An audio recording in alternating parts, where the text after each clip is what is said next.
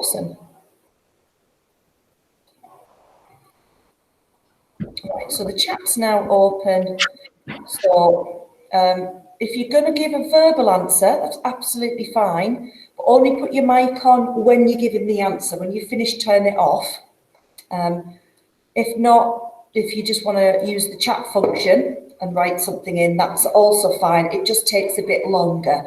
So what I find in these lessons is that they're never as fluid or as fluent as we would want, because I'm often asking a question and then waiting for a bit of feedback. And if someone's typing a longer answer, there could be quite a delay. But we'll just have to go with that. These are see one. These are COVID times. Ew. Oh.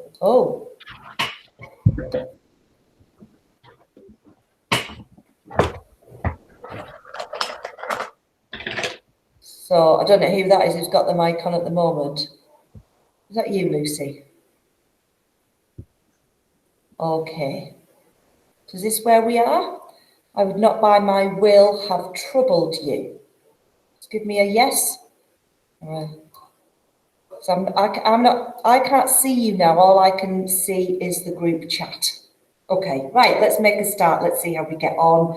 And I thank you in advance for your patience, because this isn't a very natural way of doing things, but we'll just do our best. And I hope you're all right.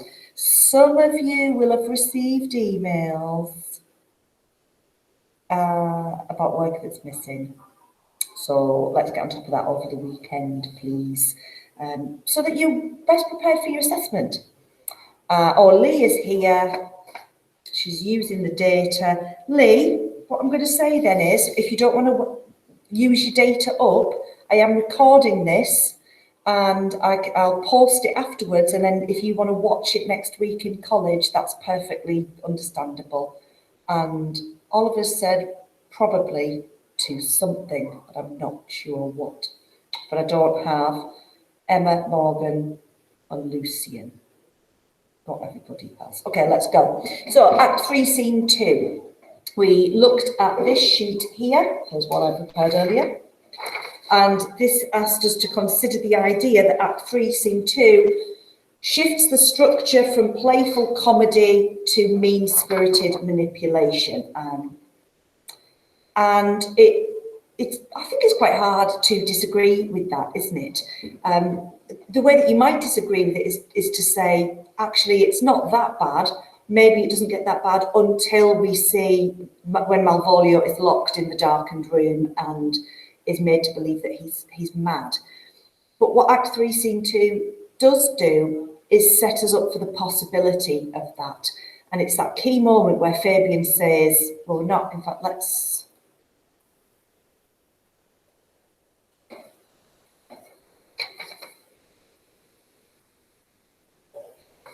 where Fabian says, we shall have a rare, I was on the right page, that's what threw me, I was looking at the right thing. We shall have a rare letter from him, but you'll not deliver it. Never trust me then. Even Fabian can't really understand why this is going to go ahead in such a mean way. What is the Toby going to gain from this? Okay. And Act 3, Scene 3 then opens as the complete opposite. Sebastian is reunited with Antonio. I would not by my will have troubled you, but since you make your pleasure of your pains, I will no further chide you. There's something here about servitude, possibly that idea of the erotic servitude. And Sebastian, it could just be like a bit of a jokey comment. Well, since you seem to like making yourself miserable, but that pleasure of your pains, I will no further chide you. And then Antonio lists why it is that he couldn't stay away. Is it better if I put that blind down? You don't get so much glare. Is that better? I could not stay behind you. My desire, more sharp than filed steel, did spur me forth. And not all love to see you, though so much as might have drawn one to a longer voyage, but jealousy what might befall your travel, being skillless in these parts, which to a stranger, unguided and unfriended, often prove rough and unhospitable. So first of all, we've got this reference to the filed steel, and the steel is the sword. So we've got a good use of simile here. So I'm annotating my text as we go along. And the fact that it's a sword is important because we've got the imagery of violence in there with love. And we know that Antonio is about to become embroiled in a duel.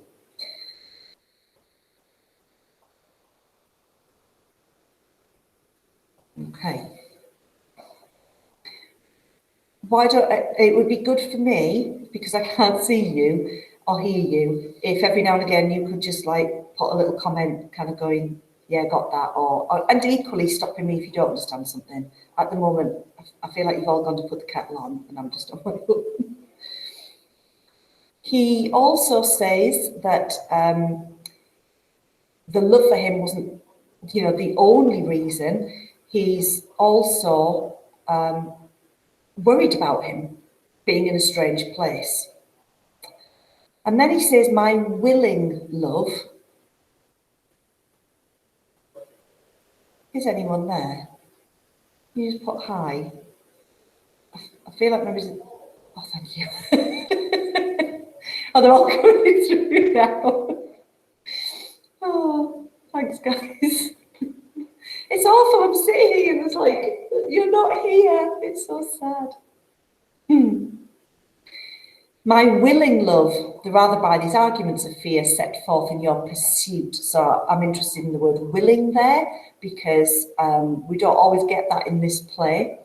And then that word pursuit, because it's reminding us of, that's right, the motif of hunting, and it's very active, isn't it, on the part of Antonio. Right, what's going on in this next bit of the exchange?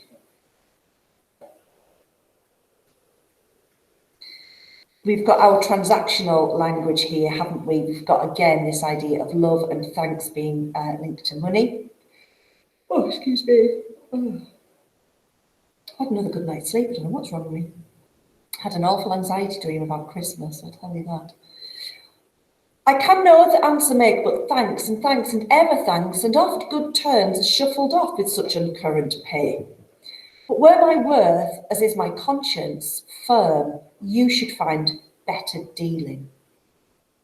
He's basically saying, I can't thank you enough. And I know, he says, I know that often people say that and they don't really mean it, but I do. And I wish I had more money to be able to show you that.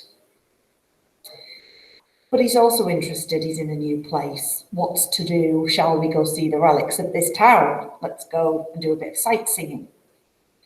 Because people did that, even in Shakespearean times. They went on holiday.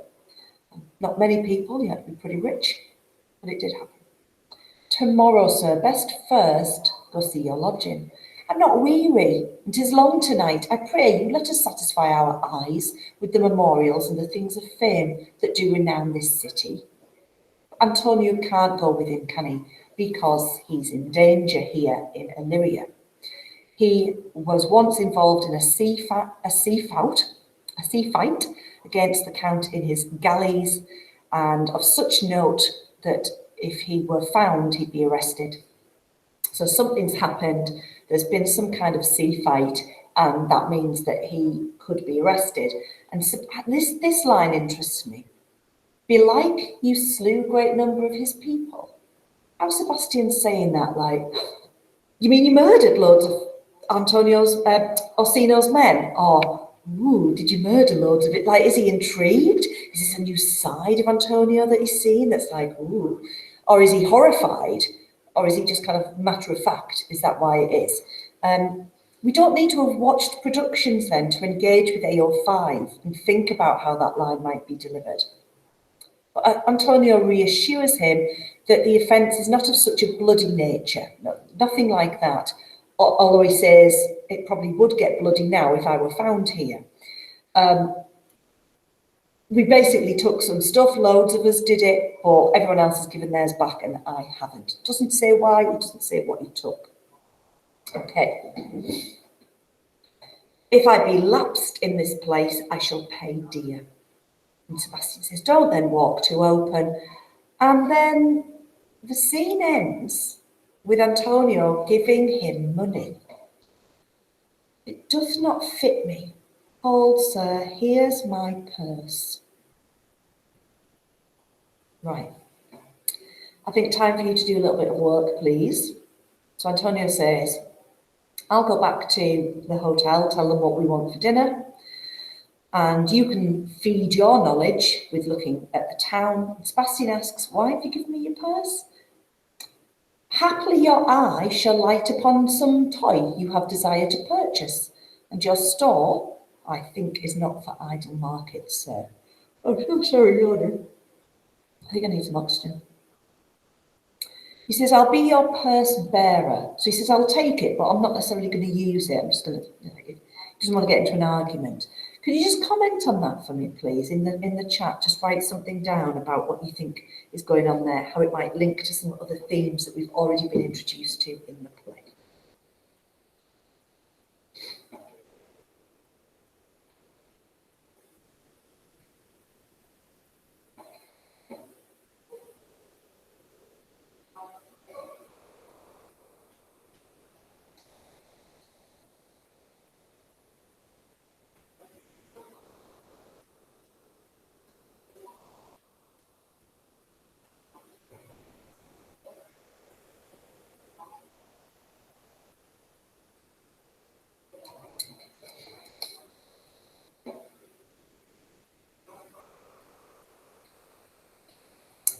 Servitude in class, motif of transactional love, but this time it's physical money, transactional love, motif of money, courtly love, good. Yeah, all of that stuff. Could we say something about gender as well here, please?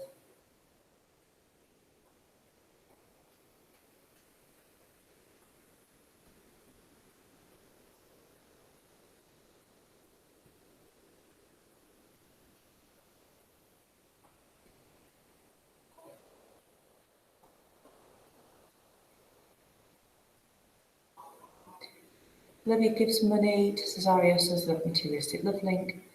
Links to class and gender. Oops.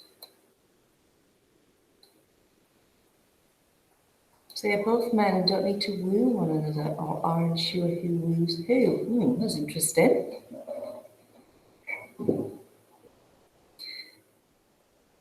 Just give it another minute, because this is what I mean about the delay and people kind of, I imagine some people are typing now.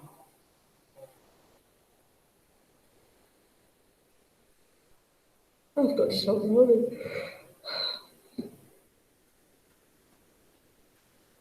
It was another 8:30 bedtime for me last night. Although I did do a lot more reading. Reading a dead good book.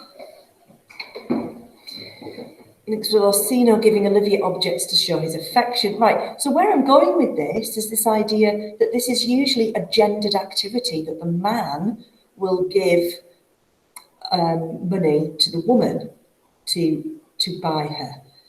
And here we've got it between two men. So just want us to kind of bear that in mind, especially with something that's coming up in 3-4, okay? All right. So, I'll just left. Okay. Now, let's see how much of this we get through, because this is a bit of a beast. You might want to have your homework in front of you so you can kind of follow those different sections that you broke it down into. And I think I'm right in saying that we've watched this scene. Yeah, so hopefully that'll help it make sense, because literally all of the plots are brought together in this scene. You know, everything just goes boof like that. It's a technical term, boof. It must be a nightmare to direct. You've got all these different people doing these different things. Must be really hard. But we start with Olivia and Maria. Now, remember what I was saying there about gender and the kind of the buying of love. What's the first thing Olivia says here? I have sent after him, he says he'll come. How shall I feast him? What bestow of him? For youth is bought more oft than begged or borrowed. Right, what's going on there?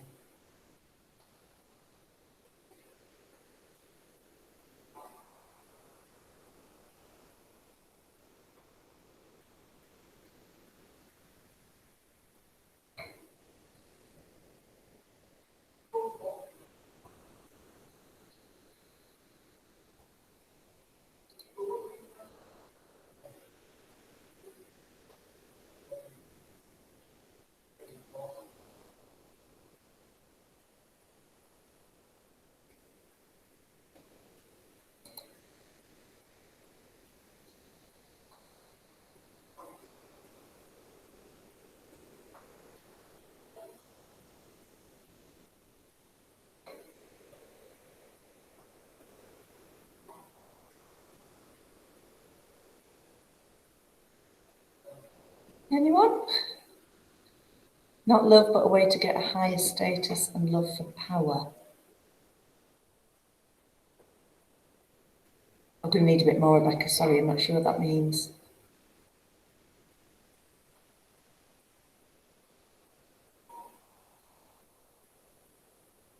Something about age and youth, isn't there? Might link with something we've seen earlier in the play. It's hard, isn't it? Because if Rebecca, if you were in the classroom, then you just go, oh, I mean this, and I go, oh, all right. Doing it like this is harder. Right, Grace. Yeah, that's more the direction I was thinking of taking it in. This, yeah. So it's about value. It's about youth, age, about women getting ugly as they get older. Like with Malvolio and his feelings for Olivia, but really just wants to kind of rule over people. Yes, yes. I just was wondering, Rebecca, how you were fitting that in with Olivia and Cesario. Are you saying that Olivia just wants to kind of rule over Cesario? Right. I mean lose value as they age. Right, good. Okay, let's crack on. I speak too loud. Where's Malvolio? He is sad and civil and suits well for a servant with my fortunes. Where is Malvolio? I think Olivia comes dangerously close to being like Petruchio. Not even the same play. Orsino, in that Petrarchan excess of, there's quotation, misery loves company. Oh, I'm feeling so terribly sorry for myself. And, Malvolio's a miserable bugger. I'll hang out with him as well. He won't try and cheer me up. I don't want feste. I don't want to be told I'm being stupid. This whole scene does revolve now on a lot of very physical comedy. I think we saw that, didn't we? That it's definitely a lot funnier when you see it. He's coming, madam, but in a very strange manner. He is sure possessed, madam. Why? What's the matter? Does he rave? No, madam. So that's raving. Is he angry? Is he? Because that's what she expects of Malvolio, that he's in a bad mood and he's stomping about. No, madam, he does nothing but smile. Your ladyship were best to have some guard about you if he come, for sure the man is tainted in his wits. What a horrible thing for someone to say about you, that you must be mad if you're smiling so much because they're so unused to seeing you smiling. But you have teachers like that, haven't you? Oh, do I need to put the light back on? I don't know what I look like.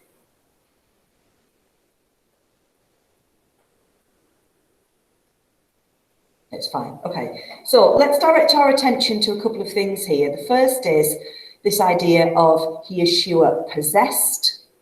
A bit about possessed, having some guard about you,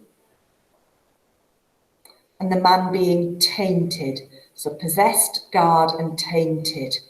Let's talk about those, please.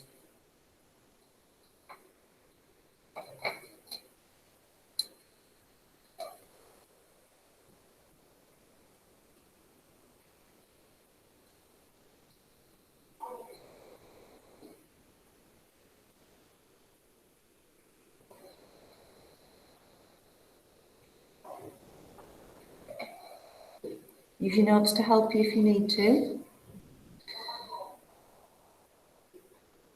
Right, so it's showing that it's suggested that he's possessed by the devil. His actions are contrasting with his beliefs of Puritanism, right? I like that. Okay, Lee, no worries. Yeah, this thing about being tainted is that he's diseased. What about this guard? What's Maria suggesting there?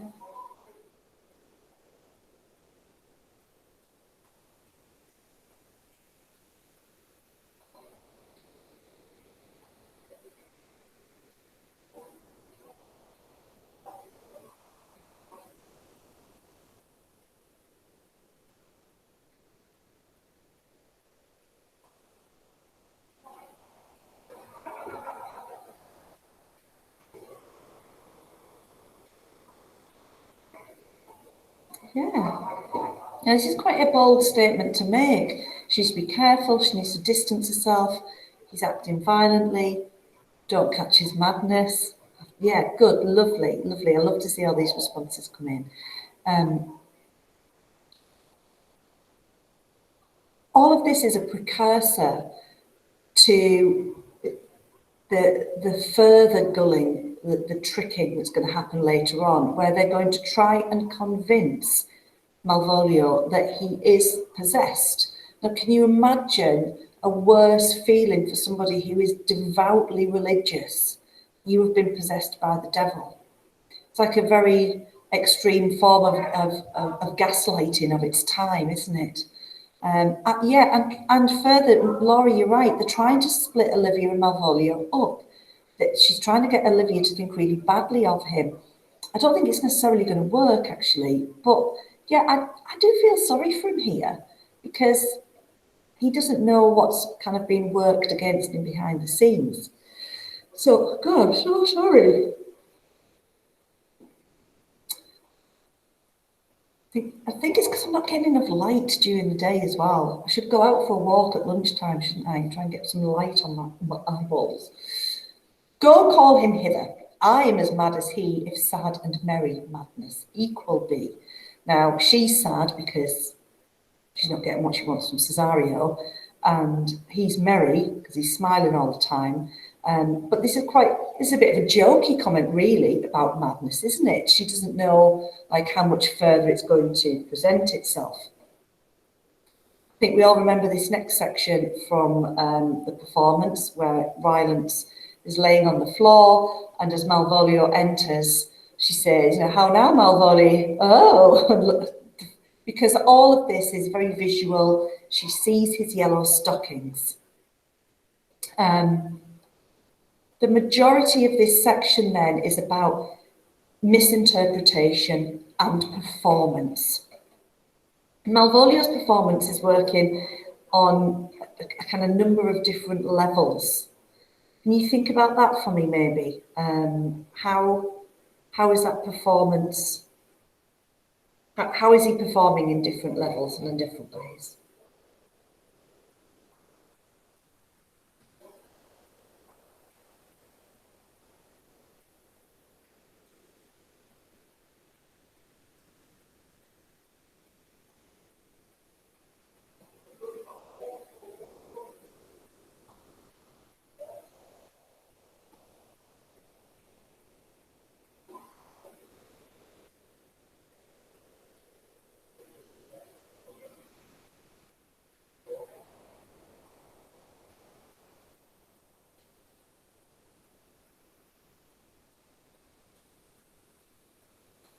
Okay.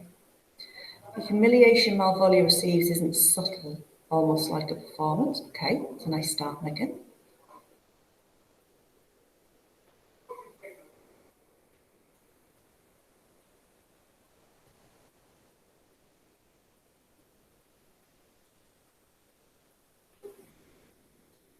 Anyone else?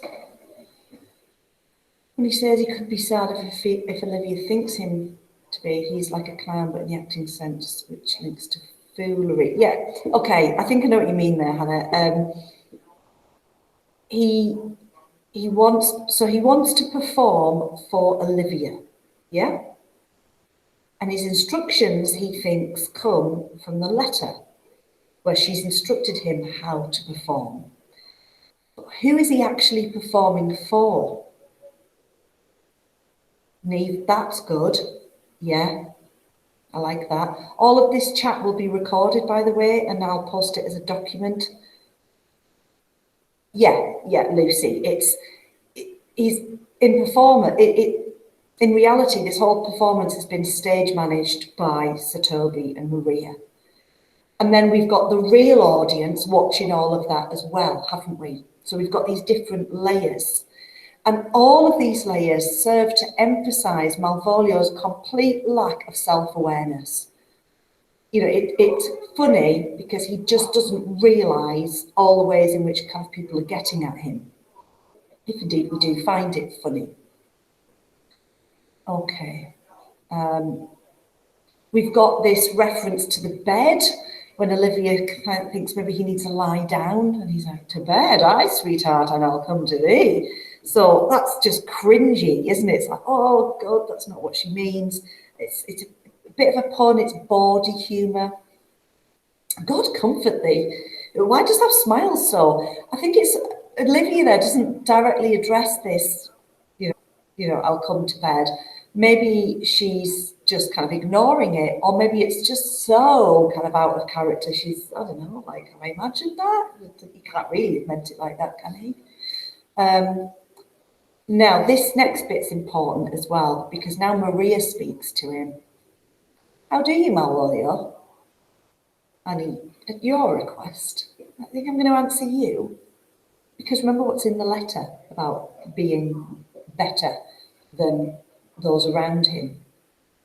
Yes, nightingales answer doors. And she says, why appear you with this ridiculous boldness before my lady? To which he completely ignores and turns to Olivia, be not afraid of greatness. So we've got that sense of power shifting as well, haven't we? Maria's set it up. She set it up with the letter. Now she set it up at the start of the scene by saying to Olivia, I think you'd better watch out. And this is her having not been in control with the scene with Sir Toby and Sir Andrew when they were drunk and swinging the dead hares around, or rabbits. Here she is being more powerful and more in charge. We remember that on Thrust, Stephen Fry actually thrust himself against Mark Rylance, and all of this really is just, you know, reading out of the letter until Olivia says, why, this is very midsummer madness. We're in 12th Night, so we're supposed to be in January, in winter, and this is another example of kind of topsy-turvy, that, you know, if you ever do see behaviour like this, you'd expect it at midsummer, not now. So it's just, even Olivia's kind of starting to realise things are amiss. Amiss is a good word, isn't it? Luckily, she will be saved.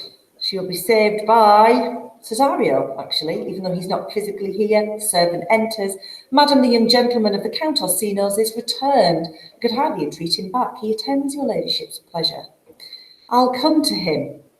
Do you remember in the play as well that the servant stops and kind of has a look at Malvolio on the floor and is quite confused? And then she says, good Maria, let this fellow be looked to. Where's my cousin Toby?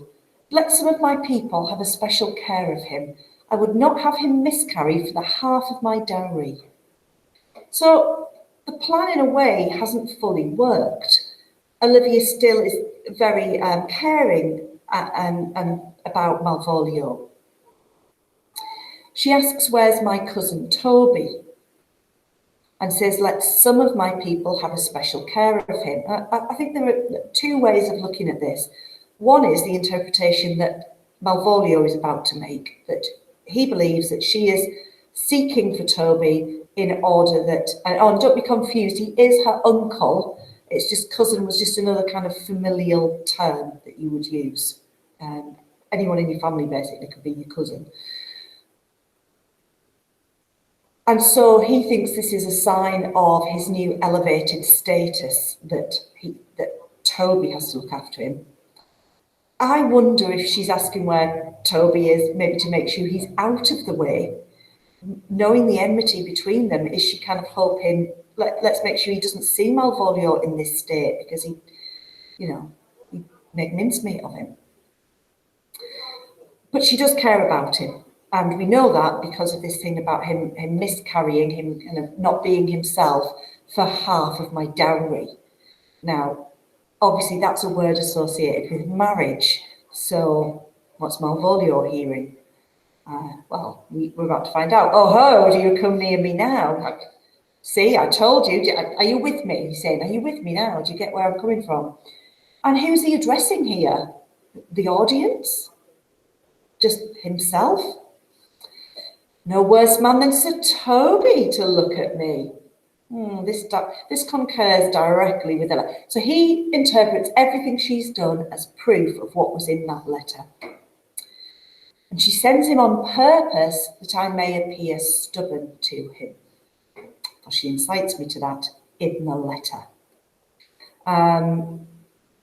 Until we get here, where he says, I have aligned her. What do you notes say about that?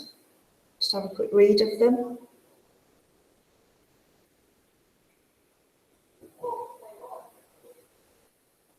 What bit are we looking at? The bit that I've highlighted, I have lined her. Line 80. You didn't know where that voice came from for a second. I thought it was somebody in Dean's class. Yeah, caught her. And so what? Go on, Oliver. What does that link back to? Yeah, it's ironic because it's actually Malvolio that's been lined. Yep.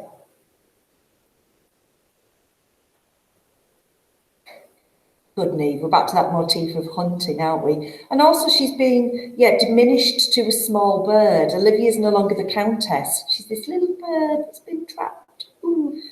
So, motif, excellent. Okay.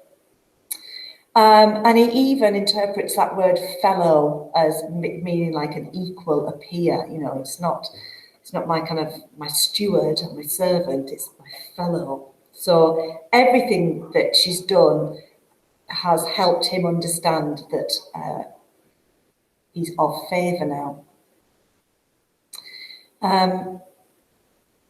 Nothing that can come between me and the full prospect of my hopes. Well, Jove, not I, is the doer of this, and he is to be thanked. Look what he's doing again with that thing about fate. In the end, he's gone, and well, you know what? Once again, it's kind of out of my hands, not my fault. I'll just go with it. I'll just go with it and see what happens. It's perhaps when, definitely that thing on fate, that when people allow themselves to become passive, that more negative things happen to them. I don't know, we might want to consider this. I suppose it does happen to Violet. Time thou must untangle this, not I. I need to think about that one a little bit more.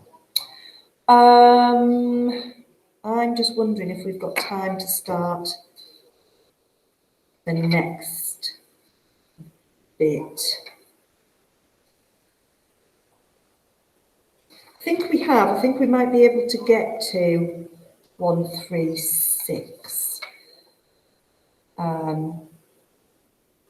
So now here come the terrible trio, Toby, Fabian and Maria. Which way is he in the name of sanctity? If all the devils of hell be drawn in little, and Legion himself possessed him, yet I'll speak to him. So, all of this language is used as it's like a little bit of a front, a bit of a disguise. So when Sir Toby enters here, he's already performing, and it's part of the act of convincing Malvolio that he's possessed by the devil. Where is he? In the name of sanctity. Oh, Holy Spirits, watch me as I try and find this poor man who's been possessed by the devil. Here he is. And Malvolio, remember, has been told to be stubborn with Sir Toby. Go off, I discard you. Let me enjoy my private. Go off. I'm going to start saying that to people who annoy me. I discard you. People don't annoy me enough though. Oster did this morning, telling me to shush because I was talking over Hey Dougie. Oster, I discard you. Maria said, lo, how hollow the fiend speaks within him. Did not I tell you, Sir Toby, my lady, prays you to have a care of him. So, does this totally kind of refute what I said earlier? Yes and no. It depends what you want it to do, doesn't it? So it could be that Maria has just deliberately gone and got Sir Toby because that's part of their plan. But Maria and Sir Toby are completely in sync here. It's like they're working from a script because she's like saying, look, can you hear the fiend, the monster within him? Now, obviously they're talking about kind of like a real fiend, like he's possessed, but we also are kind of enjoying the fact that there is a bit of a monster in him, and that's the monster of pride, isn't it? Aha, does she so? Go to, peace, peace. We must deal gently with him. Let me alone. How do you, Malvolio? How is it with you? What, man? Defy the devil. Consider he's an enemy to mankind. Now, come on, fight him off. Do you know what you say? Ah, you, and you speak ill of the devil, how he takes it at heart. Pray God he be not bewitched. Carry his water to the wise woman. Quite literally, we need a urine sample from him, and the wise woman needs to chuck it. Marry, and it shall be done tomorrow morning if I live. My lady would not lose him for more than I'll say. Malvolio, how now, mistress, what was that? Oh, Lord. Prithee, hold thy peace, this is not the way. Do you not see you move him? Let me alone with him. No way but gentleness, gently, gently. The fiend is rough and will not be roughly used. So they're constantly talking about this devil that's within Malvolio. Obviously, Malvolio doesn't realise this and thinks that they're just talking about him. Why, how now, my boar cock, how dost thou chuck, sir? Ay, biddy, come with me. What man, 'tis not for gravity to play at cherry pit with Satan. Hang him, foul collier. What on earth? So we need to look at our notes for this. I'm doing that old lady thing.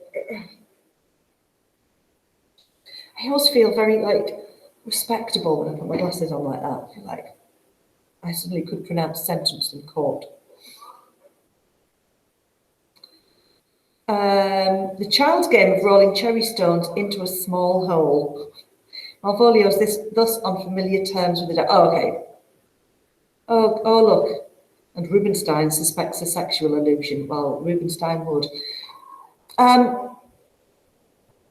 He's basically trying... Nice hamster.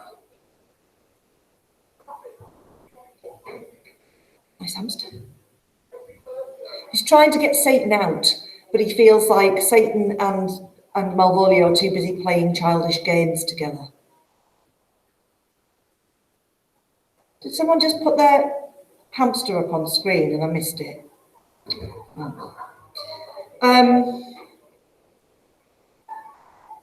Get him to say his prayers, good Sir Toby. Get him to pray. My prayers, minx? No, I warrant you, he'll not hear of godliness. Everything's just been twisted. Go hang yourselves all. You are idle, shallow things. I am not of your element. Love that. You're not too rough for me. I'm not of your element. You shall know more hereafter, because he assumes that what's going to follow, what they will hear of, are the nuptials of him and Livia. Is it possible? If this were played upon a stage now, I could condemn it as an improbable fiction. We'll talk about meta theatre and stuff later, but I don't want to go down that alley too much, if I'm honest. But it's just another example of that performance within performance that's layering up the comedy, but also the deception. His very genius has taken the infection of the device man. I'm just remembering here, and I can't remember which line it's on, maybe you can tell me, though Sir Toby had a Bible, didn't he? and he took it over to Malvolio and pretended that the Bible had burnt on him. Go to, peace. We must deal gently with him. God, sorry, I turned the page back. Nay, pursue him now, lest the device take air and taint. So we need to get him now before the devil makes things worse. But also, what they don't want Malvolio going off and this whole trick being exposed. Why, we shall make him mad indeed. The house will be the quieter. And again, it's Sir Toby, right? Here's Sir Toby, and he says, we'll have him in a dark room and bound. Like, that's a bit dark, isn't it? I tell you what, we'll tie him up in a dark room. My niece is already in the belief that he's mad. Yeah, good, so you've done your job. We may carry it thus for our pleasure and his penance. So whatever we do now, it's just for us to have a laugh.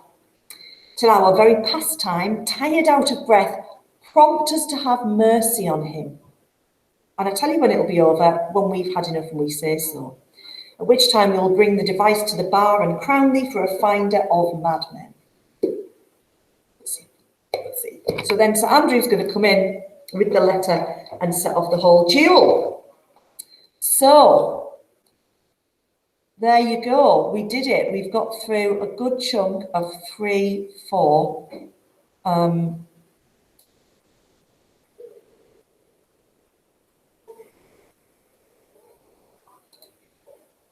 stopping presenting. I can see Lucy. Oh, Lucy, Laura, is that your cat? Oh my God. Oh, it's decided to run off. Who had a hamster?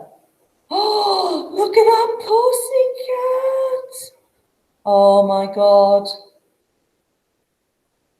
What an adorable creature. Oh, that's the hamster. Oh, you were being funny. That's why I didn't understand. Put your mic on, Laura. What's your cat called? Hi guys, this is Milo. Milo. Yeah. Is he a pedigree? Yeah, he's a little ragdoll cat. But he's been sat here the whole time. Oh, because he loves Twelfth Night. Yeah. Oh, your cat called Milo as well. That's weird. Good choice. Good choice of name.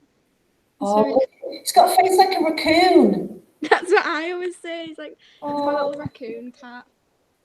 Oh, if you're training your dog to read Shakespeare, you don't want to start Twelfth Night. I'm going to start with All's Well That Ends Well. Oh, I love ragdoll cats. They're so cute.